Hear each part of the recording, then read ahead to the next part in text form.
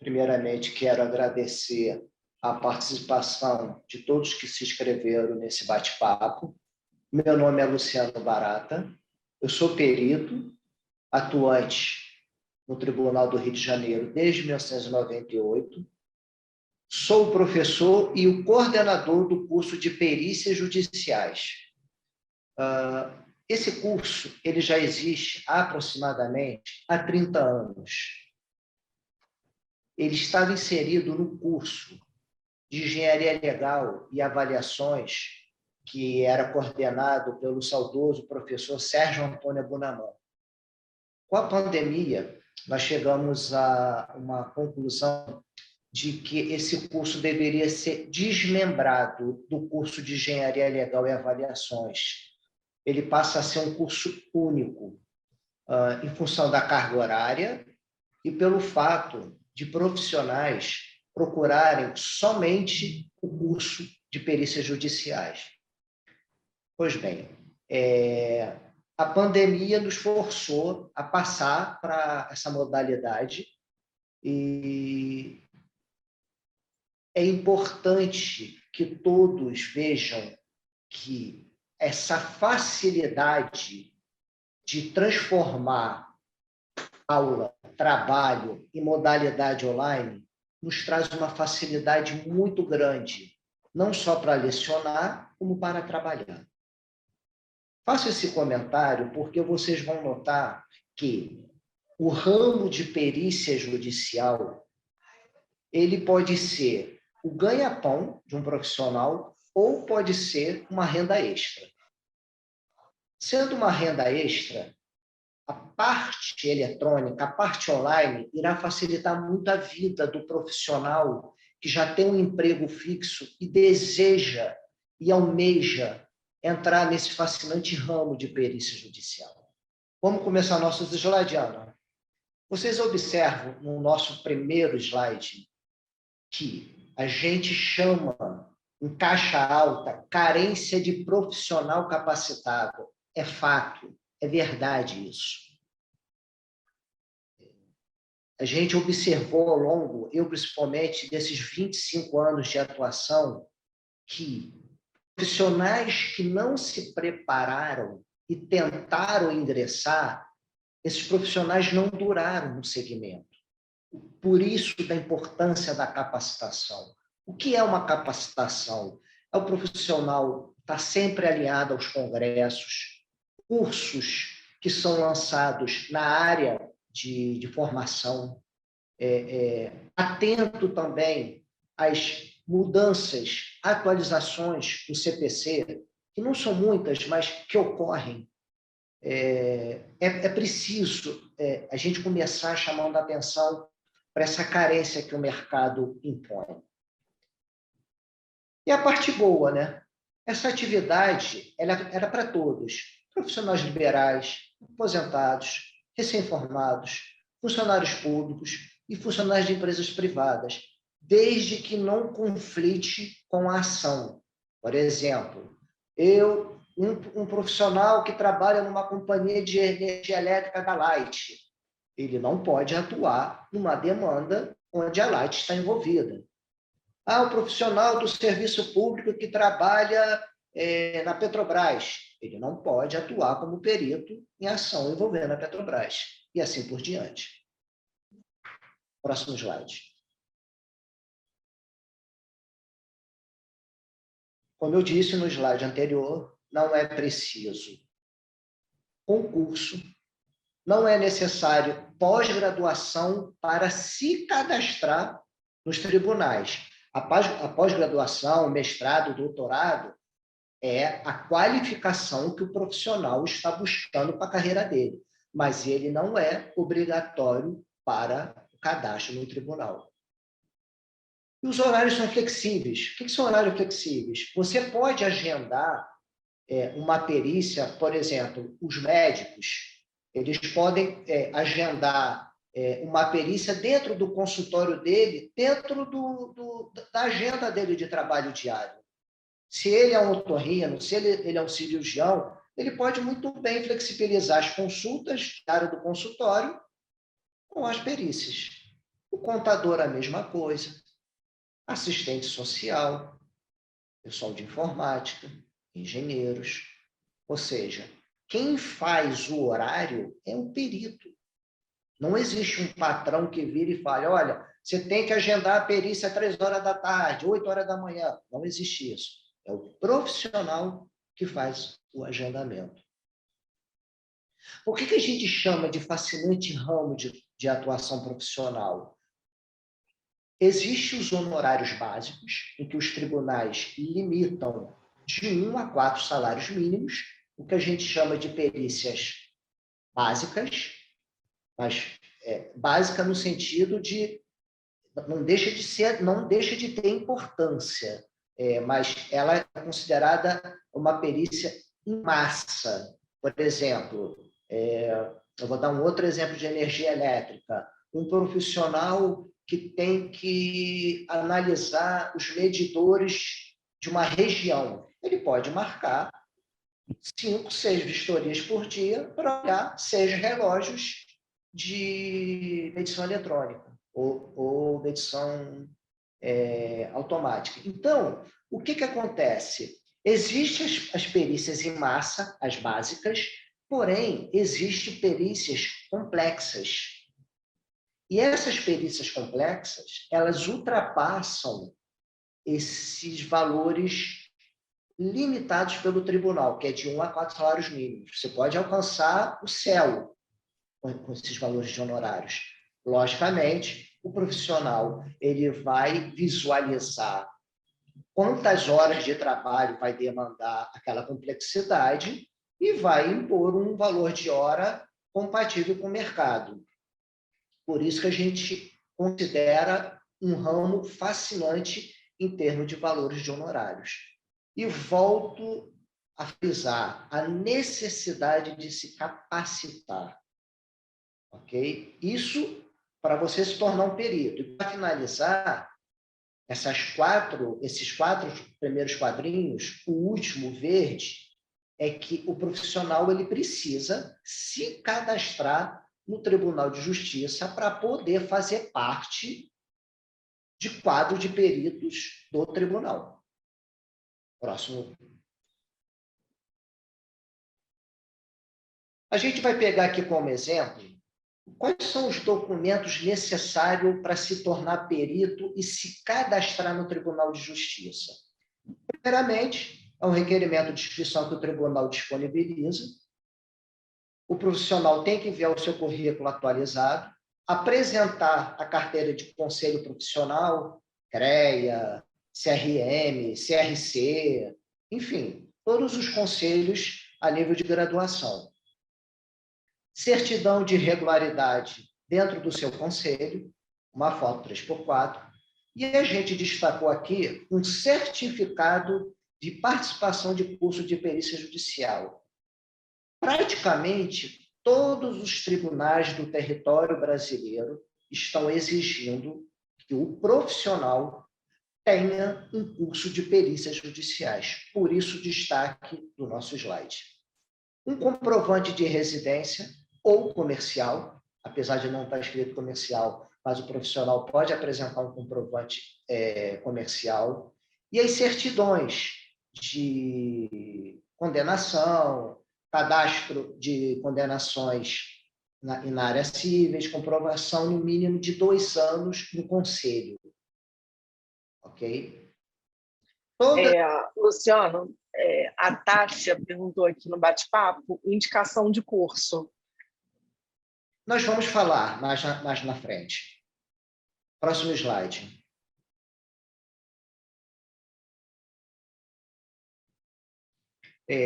O perito. Quem é o perito? O perito é o profissional cadastrado em qualquer tribunal de justiça em que o juiz o escolhe livremente. Como é que o juiz escolhe?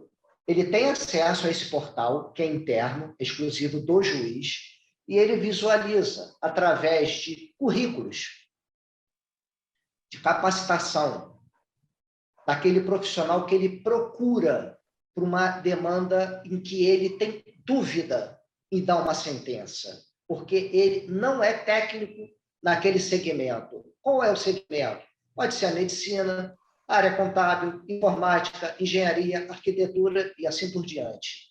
Ele escolhe o melhor perfil para aquela demanda. Muitas pessoas podem perguntar, mas isso aí deve ser uma panelinha. Não, não é. O mercado ele é muito vasto. É muito vasto.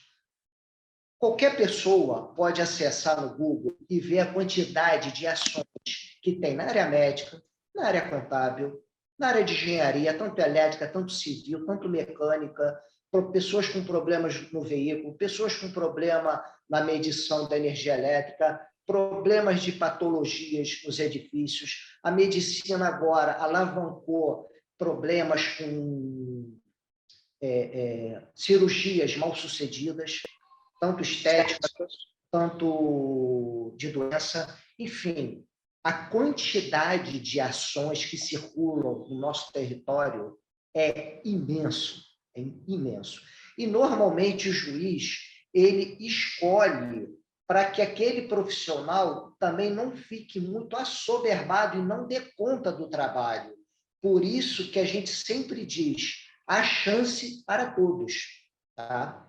E o perito precisa ter nível superior, inscrito no órgão de classe e cadastrado no tribunal. Isso o perito. Os assistentes técnicos, eles normalmente são escolhidos pelas partes. Quem são as partes? Autor e réu. Normalmente, o autor e o réu, eles pegam o auxílio desses profissionais. Por exemplo, se o juiz nomeou um médico, as partes, autor e réu, vão tentar contratar um assistente que seja médico. Um juiz nomeia um perito mecânico. As partes vão contratar um assistente engenheiro mecânico. Ou seja, nós temos 3 leques: perito, assistente do autor e assistente do réu.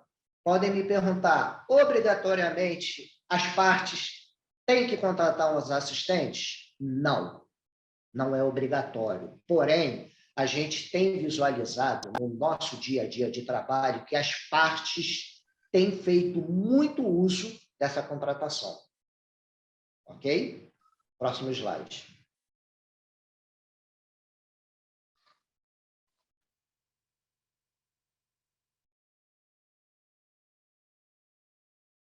Você está sem áudio, Ana.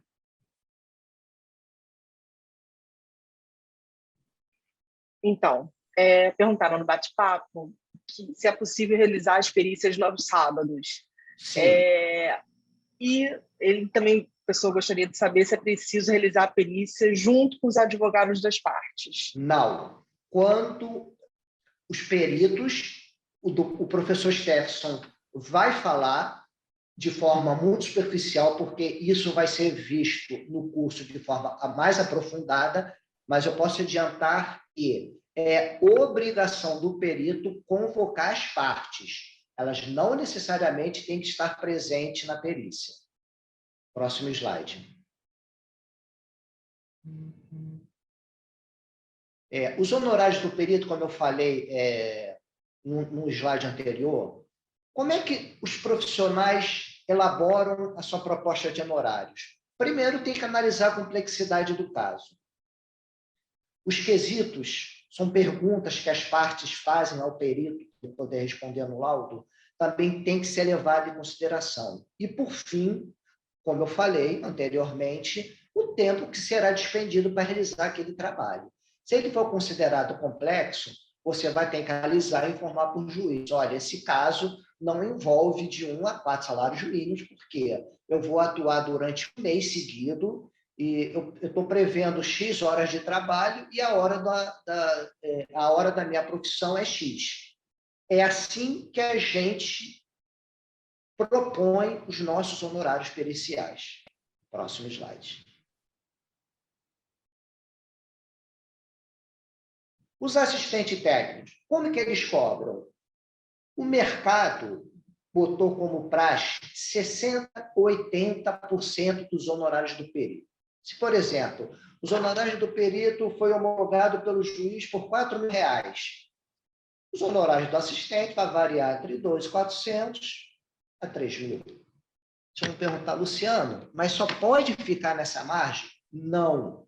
Mas o mercado, ele propõe esse percentual, mas o teu cliente pode virar e falar assim, olha, eu só tenho condições de pagar 50% dos honorários do perito, e você aceitar ou não. E tem casos em que se cobra muito mais do que o perito, porque o perito cobrou errado. Por exemplo, você foi chamado para atuar como assistente técnico num caso em que você enxerga tranquilamente que era uma perícia de R$ 10.000. O perito cobra 5. Você vai chegar para o seu cliente, que é o autor ou o réu, e informar, olha, esse perito cobrou errado. Eu não faço esse trabalho por menos de 10.000. Se o cliente aceitar a sua ideia, tudo bem, mas o cliente pode falar, pô, mas ele cobrou mal e eu queria que você cobrasse a mesma coisa que ele. É tudo negociação. Mas eu quero mostrar o seguinte, além desse percentual de 60, 80, onde o mercado doutrina esse percentual, você também pode cobrar a mais se o perito cobrar errado. Ok? Próximo slide.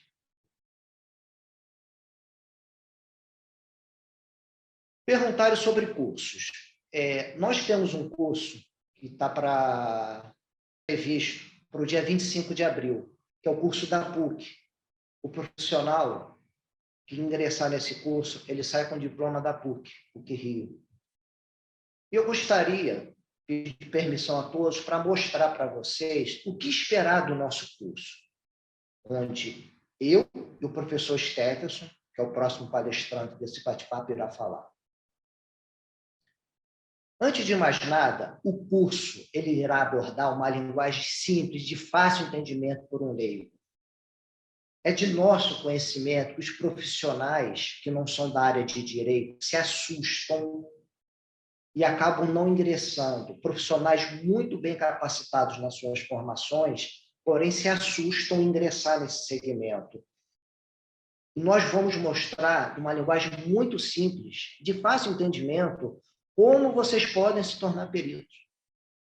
Nós vamos mostrar um passo a passo de toda a atividade. Eu me recordo que quando eu iniciei, em 1998, não existia curso.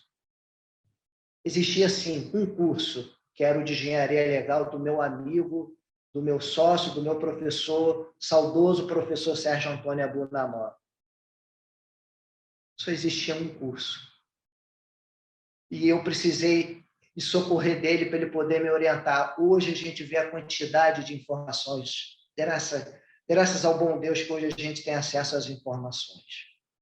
Então, a gente vai mostrar o passo a passo de como vai se cadastrar, conteúdo que será dado, ele é comum a todas as profissões, todas. Volto a repetir, medicina, engenharia, arquitetura, informática, contabilidade, todas.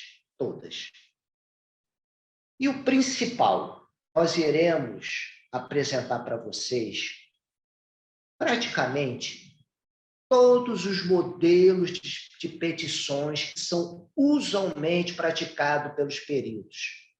Quais são esses modelos? Proposta de honorários, impugnação de honorários, pedido de substituição da perícia, pedido de desculpa por não poder participar da perícia, enfim, agendamentos.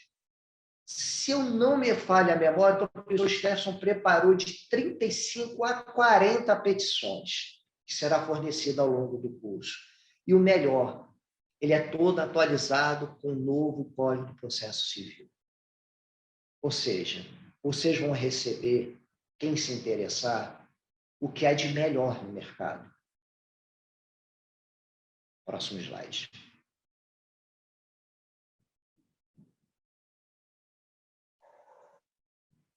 Quem desejar, quem se interessar, existem 2 contatos, o 0800 e o WhatsApp. Perdão, são 3 contatos, 0800, o WhatsApp e o site da CCE PUC Rio. O link está no bate-papo. Quero agradecer. Eu precisei falar de forma um pouco rápida, porque o nosso tempo é curto. Tá? Eu espero ter passado o recado. E, mais uma vez, eu agradeço a confiança de todos por terem participado do nosso bate-papo sobre como se tornar perito. Eu vou passar a palavra agora ao doutor professor Stefferson Barreira. Obrigado a todos. Ativou o áudio aí, Ana? Tá ouvindo? Tá legal? Vamos lá. Eu já estou aqui empolgado para falar. Limita meu tempo aí, porque se deixar, eu falo além do necessário. Não que tudo que eu tenha para falar não seja necessário, né? Vamos começar. Ana, passa o primeiro tópico aí para mim, o primeiro slide, por favor. Pessoal, o Luciano abordou aí num primeiro momento que existe campo, né, de atuação para multiprofissionais. Existe um nicho de mercado aí muito amplo para ser explorado. E aí eu estou trazendo só esse quadro aí. Tem alguém falando junto aí. Pede só para cortar aí. Tem que arrumar o quarto aí, hein? Vamos lá.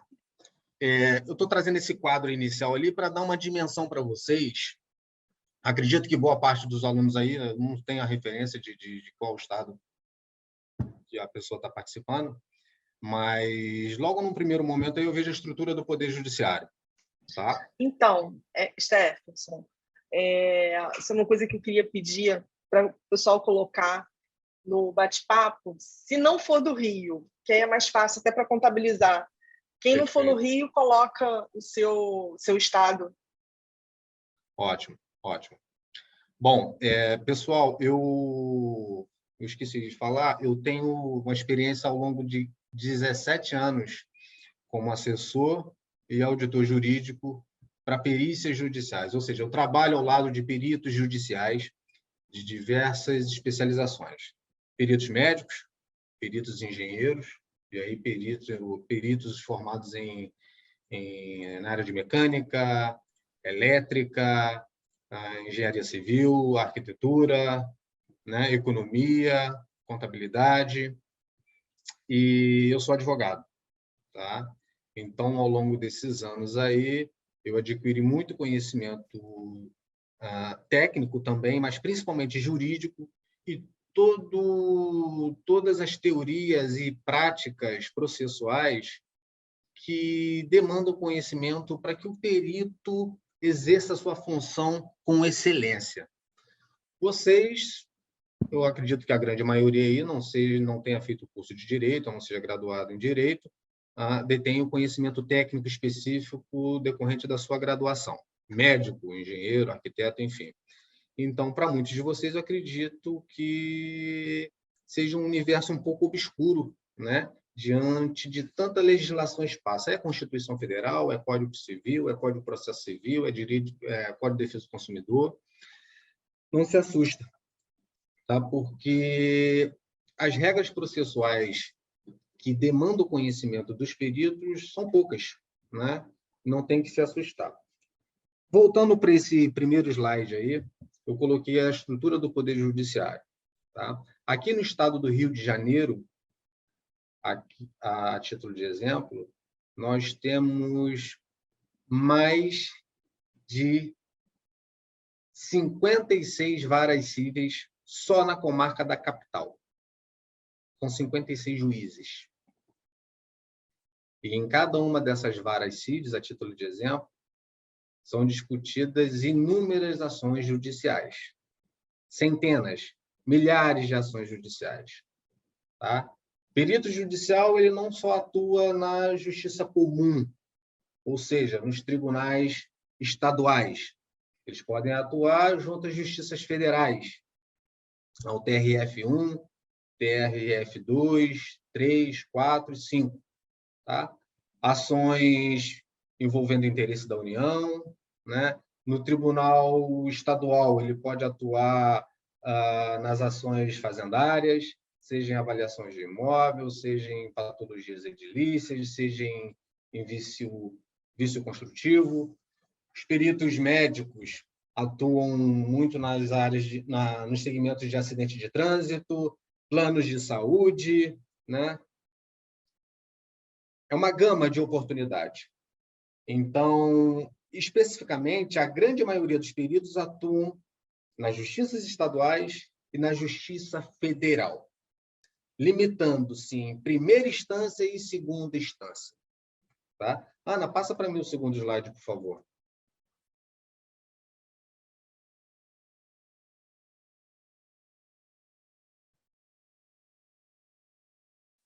Ingresso e permanência na carreira.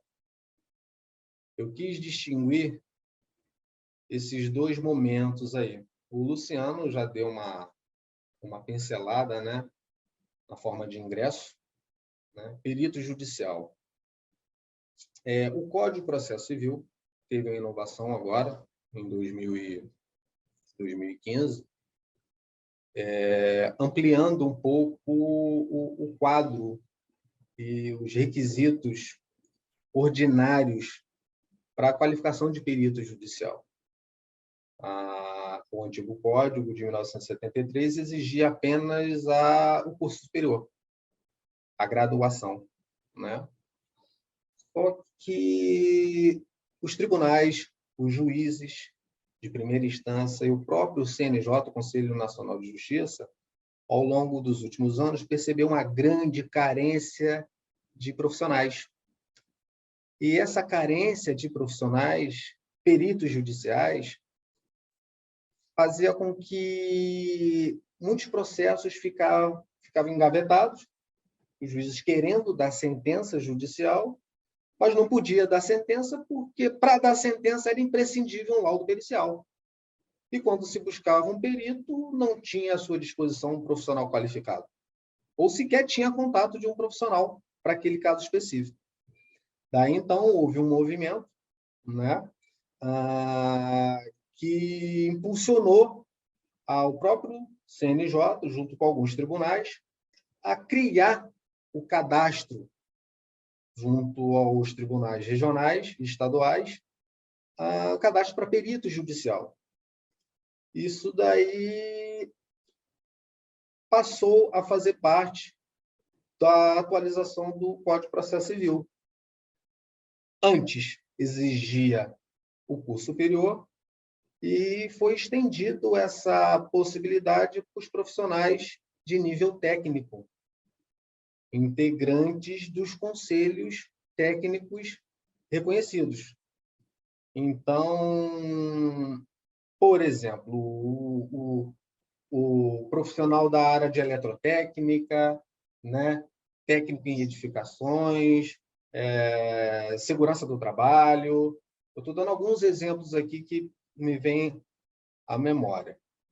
Então, assim, existe primeiro as exigências ordinárias que estão previstas no Código de Processo Civil. Tá?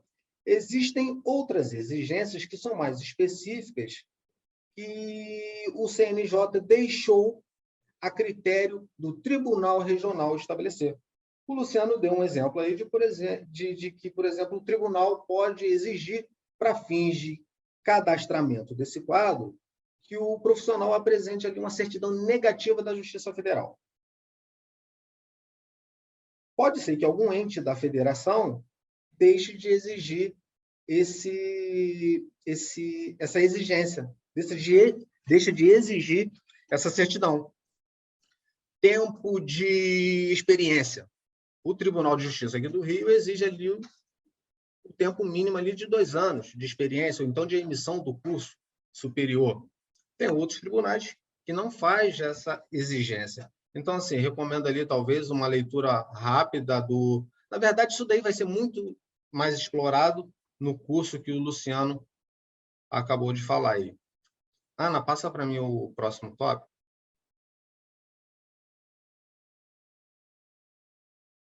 Remuneração. Muita gente deve estar se perguntando aí quanto que se ganha um perito judicial. Depende. Depende do trabalho que você...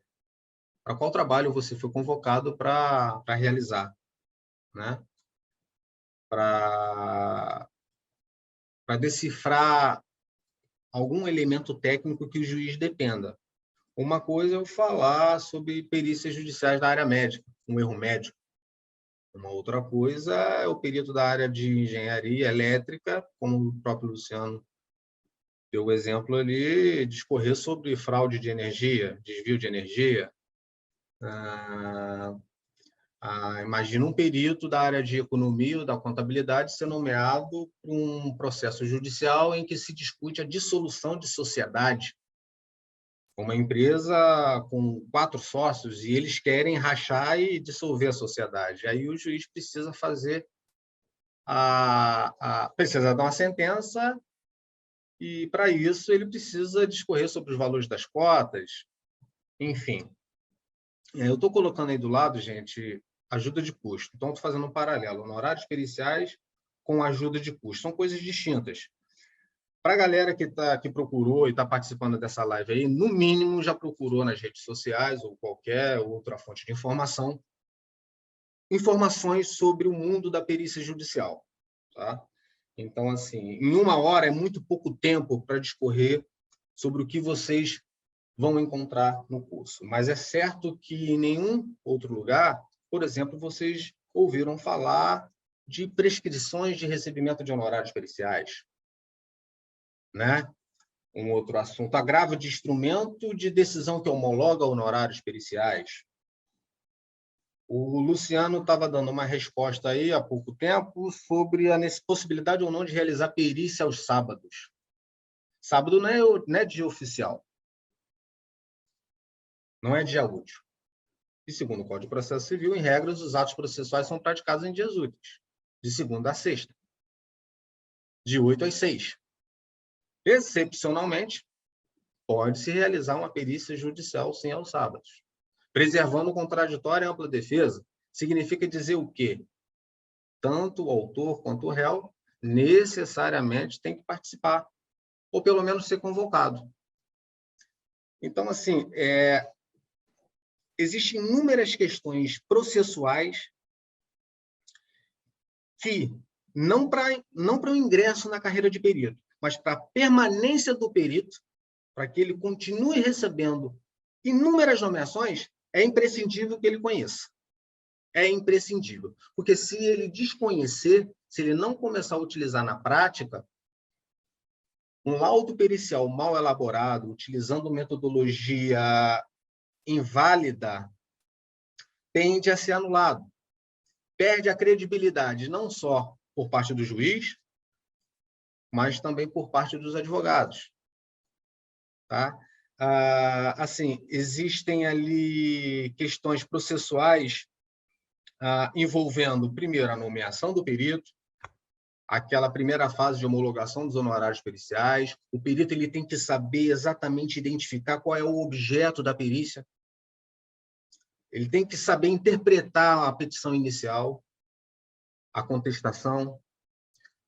E, principalmente, quando o juiz não fixa ali o ponto controvertido, ou quando as partes não trazem os quesitos para o perito responder, ele tem que ter essa expertise de identificar qual é o ponto técnico controvertido necessário que a ele é apresentado. E ele tem que dar a solução. Existe aí um lobby, né, nas redes sociais de que é vantajoso ser perito judicial, ganha-se bem. De fato, sim, ganha-se muito bem. Ganha-se para aquele que se especializa, é cercado de todo o conhecimento técnico e jurídico. Tá? A título de exemplo, tem peritos judiciais que, na prática, acham que, por exemplo, atuar em processos só com gratuidade e justiça, às vezes não é tão vantajoso, mas ele não sabe que processos com gratuidade de justiça, a depender do resultado do processo judicial, ele pode vir futuramente a receber os honorários periciais dele. Então, assim, vale a pena. E corrigidos. E corrigidos. Às vezes com juro, correção monetária, né? Tem aquela questão do trânsito em julgado, até que momento o perito pode receber os honorários periciais, né? E aquele autor que supostamente é vulnerável, não tem condições de arcar com as custas do processo, despesa do processo e honorários periciais, de repente o perito vai lá, faz a diligência em loco e constata que não é nada daquilo que ele declarou e que o juiz acatou. Enfim, aí tem que ter a gratuidade de justiça revogada. O perito é que faz esse pedido, é o advogado da parte adversa que faz esse pedido.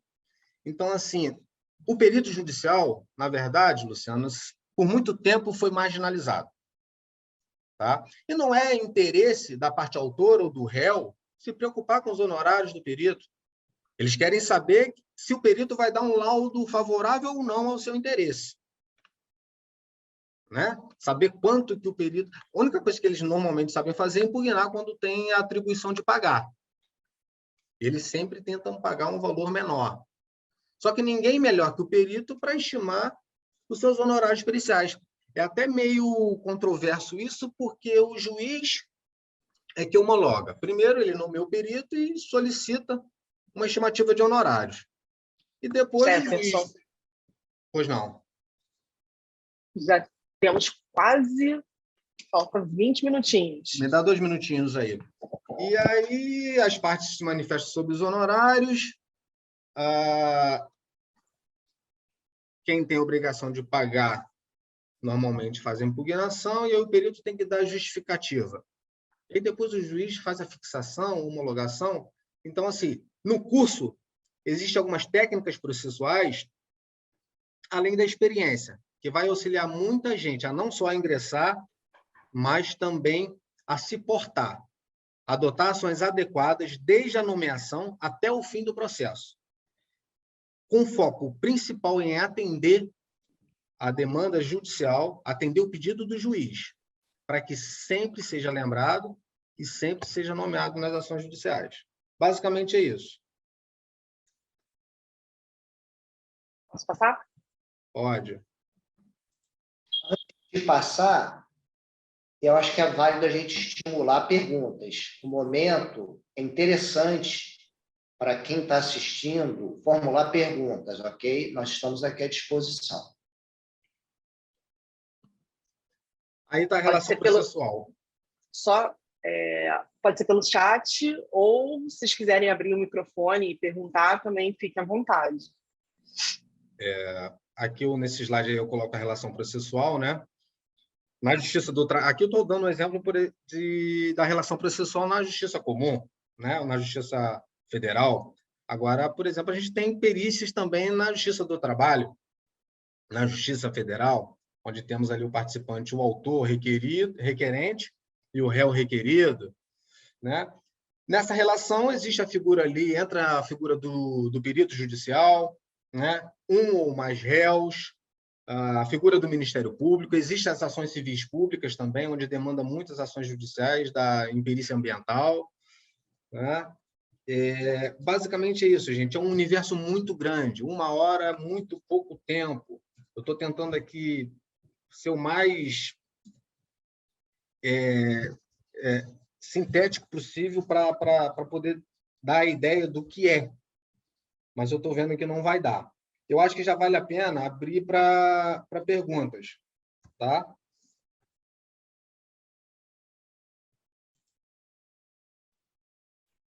Tem pergunta no chat, Ian? Tem aqui, ó. Sou do ao Rio. vivo. Ian, é o Ian Gomes que está perguntando. Sou do Rio, contudo moro e trabalho em Santa Catarina. Com o advento do processo eletrônico, vamos parar para analisar. Qual a especialização? Qual que é a sua formação, Ian? E a sua resposta pode ser engenheiro mecânico. Engenheiro mecânico, vamos lá. Tem algumas perícias judiciais que é imprescindível o deslocamento ao local. Diligência em loco. Né?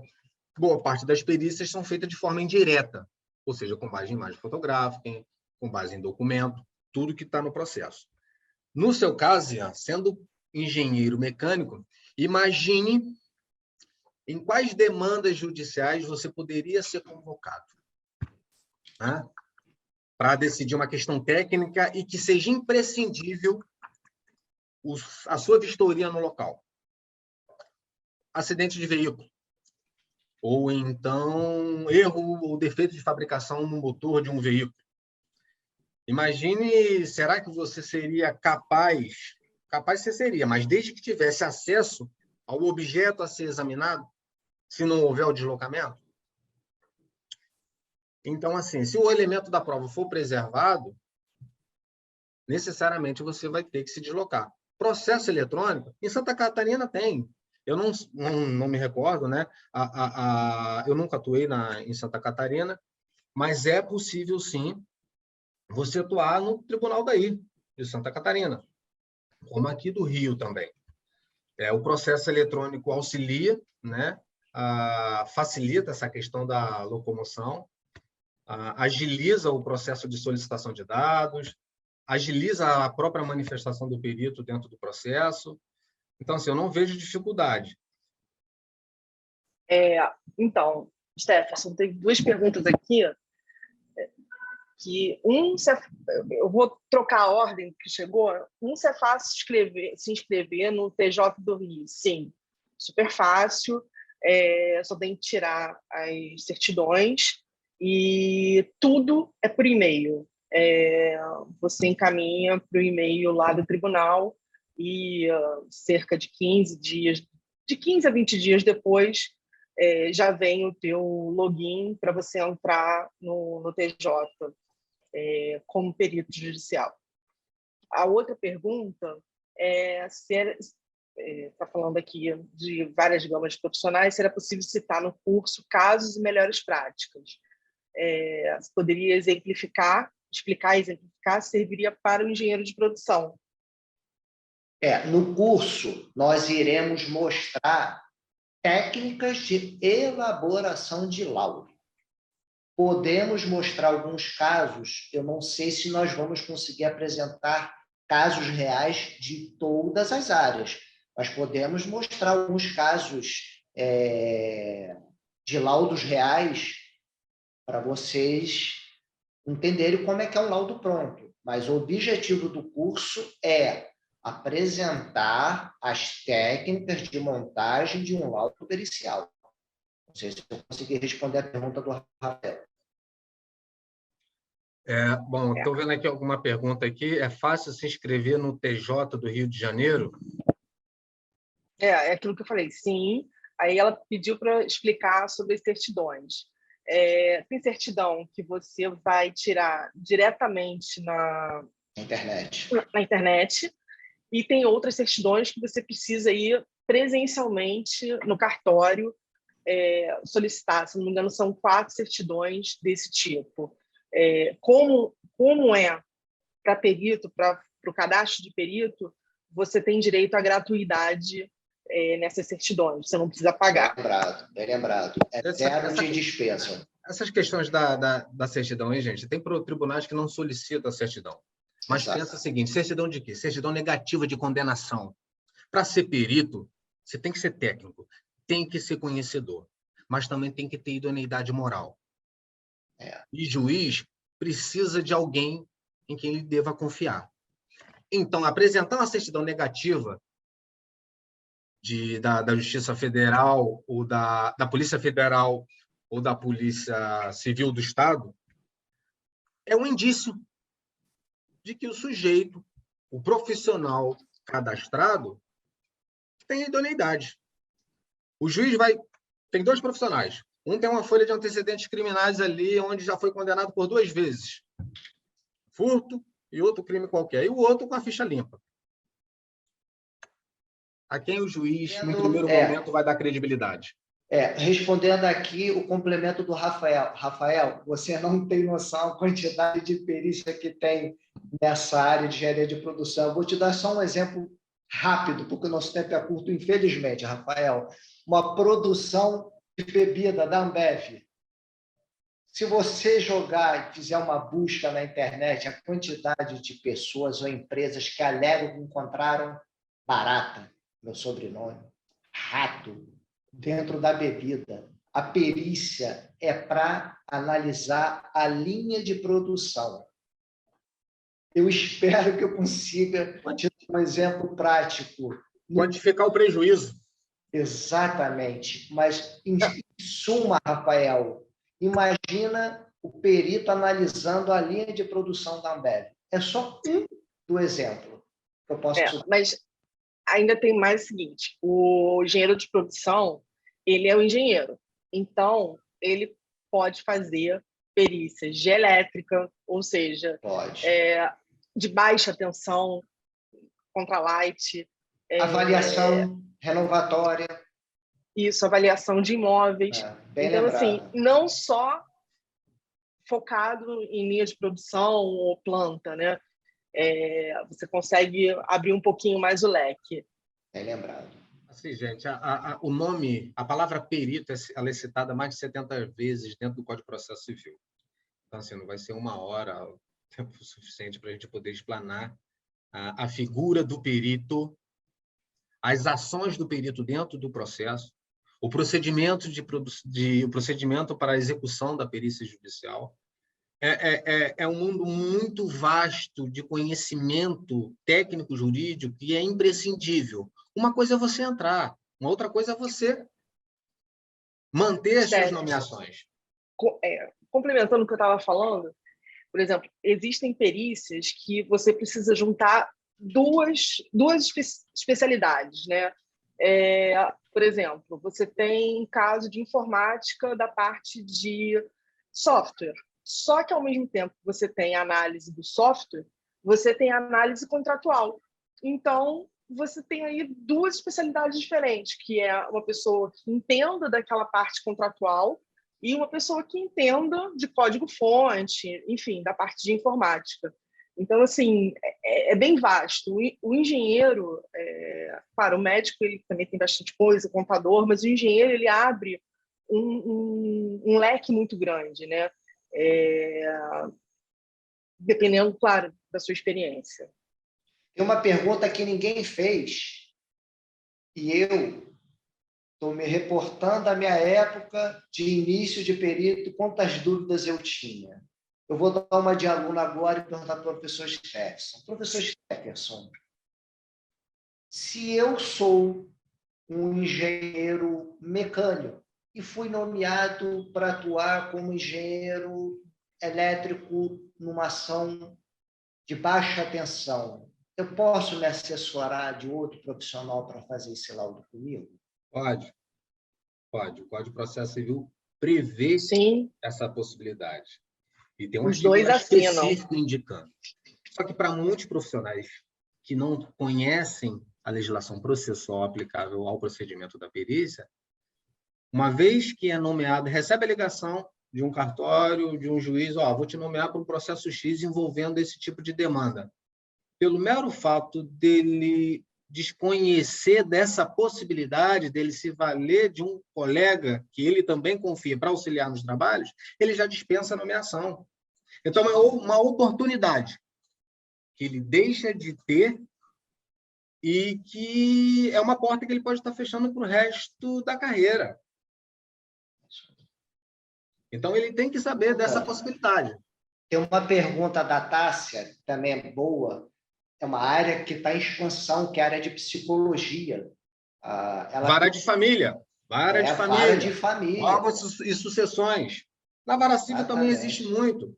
Mas é mais em vara de família. O juiz tem dúvida sobre a condição psíquica daquele sujeito que passou aquela procuração para uma outra pessoa.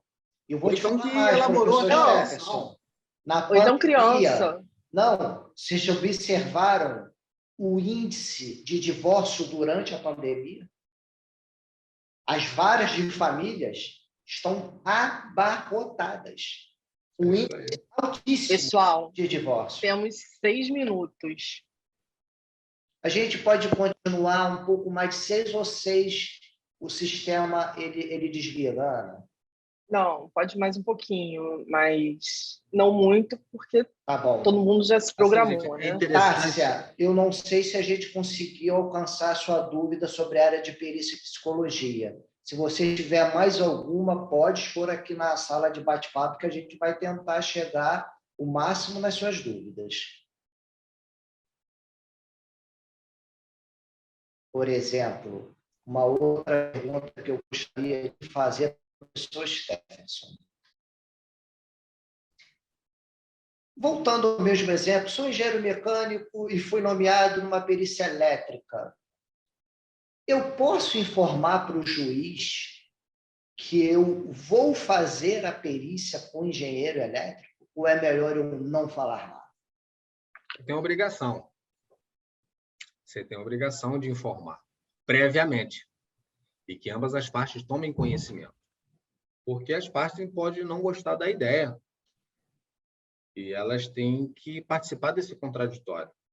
Porque uma vez que você venha realizar essa diligência e apresentar o laudo sem comunicar, o laudo depois pode vir a ser anulado. E aí você tem que refazer o trabalho. Olha que pena. Não só em refazer o trabalho. Você, às vezes, tem que devolver o dinheiro. Os seus honorários. Numa perícia eles que não você aceitarem... paga. Então, assim, ele está falando de um procedimento formal que o Código de Processo exige, só que ele não observou. E aí vai incidir o que a gente chama de nulidade, o Instituto da Nulidade.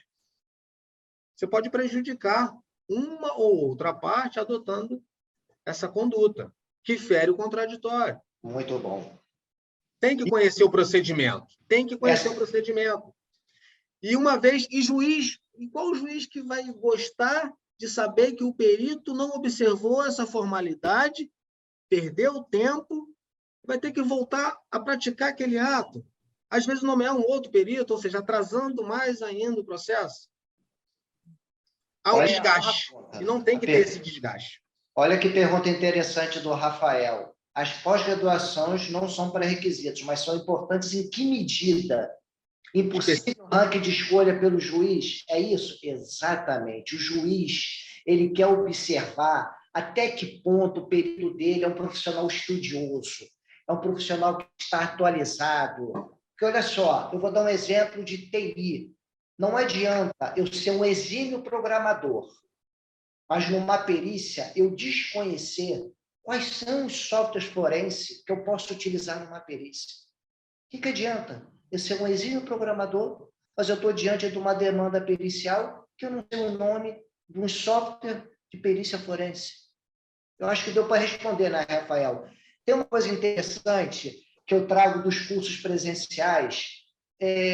Um certo indivíduo, no encerramento de um curso, com quase 100 pessoas, onde a mesa era composta do presidente do tribunal, juízes, desembargadores, defensores, que o aluno, ele levanta o dedo e pergunta: quanto eu tenho que dar por fora para ser nomeado? Todo mundo botou.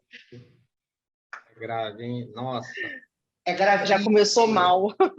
É por isso que se pede antecedentes criminais.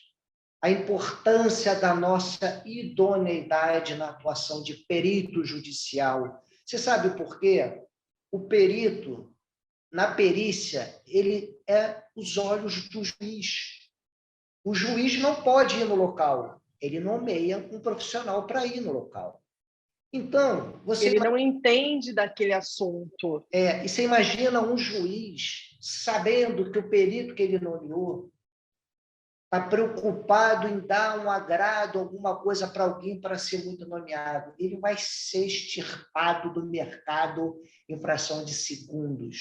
Então, a importância, como o professor Stephenson colocou, é chato. É chato. O Rio de Janeiro é o único que exige antecedentes criminais. Os demais estados não. Mas olha a importância de se demonstrar idoneidade. Isso é muito importante vocês terem em mente para quem está nesse segmento de perícia judicial. O melhor termômetro é a relação entre perito e juiz. Se as suas nomeações tiverem continuidade, é um bom sinal. Tá? Perito judicial tem uma função social gigantesca. As pessoas, o perito, uma vez que ele ingressa no processo, ele lida com o patrimônio das pessoas. Ele lida com o aspecto sentimental das pessoas. E aí, estou respondendo aqui para... Eu esqueci o nome dela. Rafael. Questionou sobre a Rafael. psicologia. Não. A Tássia perguntou sobre a psicologia. Agora, o Rafael perguntou sobre o erro técnico, a imperícia. Qual é a penalização para o perito? Perfeita pergunta. Boa Existem pergunta. as punições de ordem administrativa, né? Por exemplo, aqui o próprio Tribunal de Justiça tem lá os casos previstos, que pode resultar em até 5 anos de afastamento, né? Existem as punições penais. A falsa perícia é crime. Existe o crime de falsa perícia. E existe as punições de ordem administrativa impostas pelo Conselho, ao qual Professor o Stephenson, sujeito esse é um assunto que demanda muita atenção. Vamos deixar isso para o curso? Sim, E perfeito. vamos responder a pergunta Perfeito. do Carlos. Carlos, tenha dúvida. Experiência prática faz total diferença. Vou dar um exemplo muito corriqueiro de um colega nosso de trabalho, que ele é engenheiro mecânico da Volkswagen. Ele, quando está dentro de uma perícia, ele esmiuça os testes que ele aprendeu e que aprende dentro da fábrica onde ele trabalha. Isso é de suma importância, Carlos. Muito boa a sua pergunta. Faz diferença, de fato faz muita diferença. O perito ele tem que ser investigativo. A título de exemplo, boa parte dos profissionais que estão aí acompanhando a gente não sabe o tempo médio que leva uma ação judicial. 80%, ouso dizer, 70% a 80% das perícias judiciais tem por objeto a investigação de elementos técnicos que ocorreram há 2, 3 anos atrás. Diferente da perícia oficial, que são aquelas produzidas pelas polícias, em que no momento do ato, no momento do fato, faz-se o cerco e vamos preservar os elementos da perícia, na perícia judicial, não. Ocorreu uma infiltração no apartamento de cima com o apartamento de baixo. Procuro meu advogado. Vamos montar uma petição inicial. Ingresso no Poder Judiciário. Leva 15, 20 dias para poder localizar o sujeito, o réu. Manda citar. Volta a contestação. O perito tem que se manifestar, tem que ser indicado, tem que estimar os honorários, até o agendamento da perícia. Pode ser que aquela infiltração que ocorreu 1 mês atrás não exista mais. Como ele vai fazer essa perícia? Só estou dando um exemplo pequeno. Tá? Eu queria até complementar a pergunta do Carlos, é tão importante que me fez lembrar do meu início como perito. O Carlos, ele fez uma pergunta no cenário de uma experiência.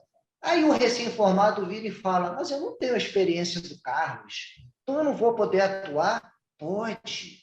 Chama um colega que já está há mais tempo e faz a perícia junto. E você vai adquirir experiência junto com ele. Quantas vezes eu fiz isso com pessoas recém-formadas? Luciano, me dá uma ajuda, faz comigo. Enfim, eu quero mostrar que existe mercado para quem tem experiência e para quem está iniciando. Não é difícil, Tássia, conseguir nomeação. Não é difícil.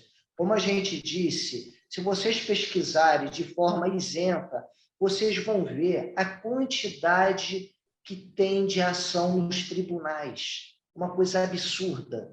E os juízes estão cada vez mais tentando buscar no mercado profissionais dessas áreas, que são os peritos de psicologia, perícia contábil, perito médico. No mercado,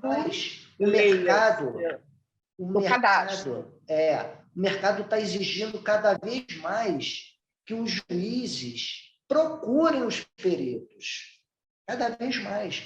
Eu vou dar um exemplo aqui, Tássia, que é muito comum, tudo bem que não é da área de psicologia, mas eu quero dar um exemplo da quantidade de falsificação de contratos de pessoas que não pedem empréstimos consignados e entra na conta da pessoa.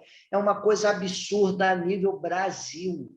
E o juiz não tem condições de saber se aquela assinatura é ou não da pessoa. Ele vai para um perito. A quantidade de pessoas, como eu disse, que estão se separando, e como o professor Stephenson colocou, e a pessoa fala uma coisa e fala outra, e o juiz não sabe quem está falando a verdade, que só um psicólogo pode decifrar isso.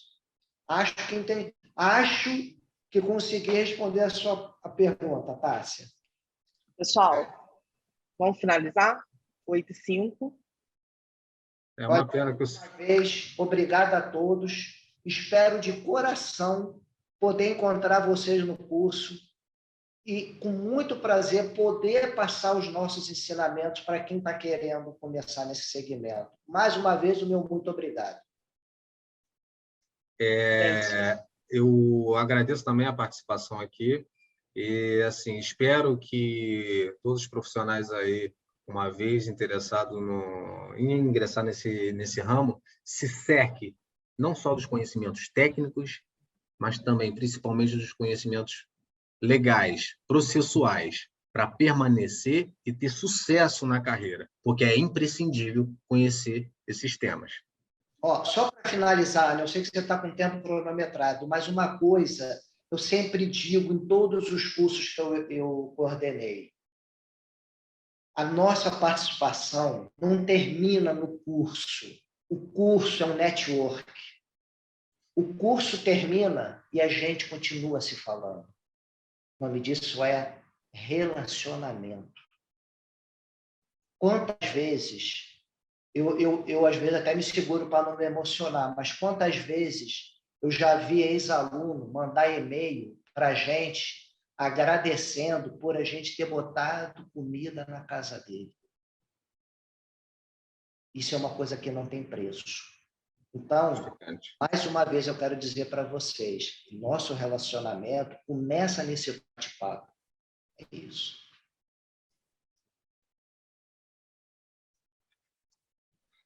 É isso aí. Gente, boa noite. Muito obrigada. E realmente a gente aguarda vocês no curso.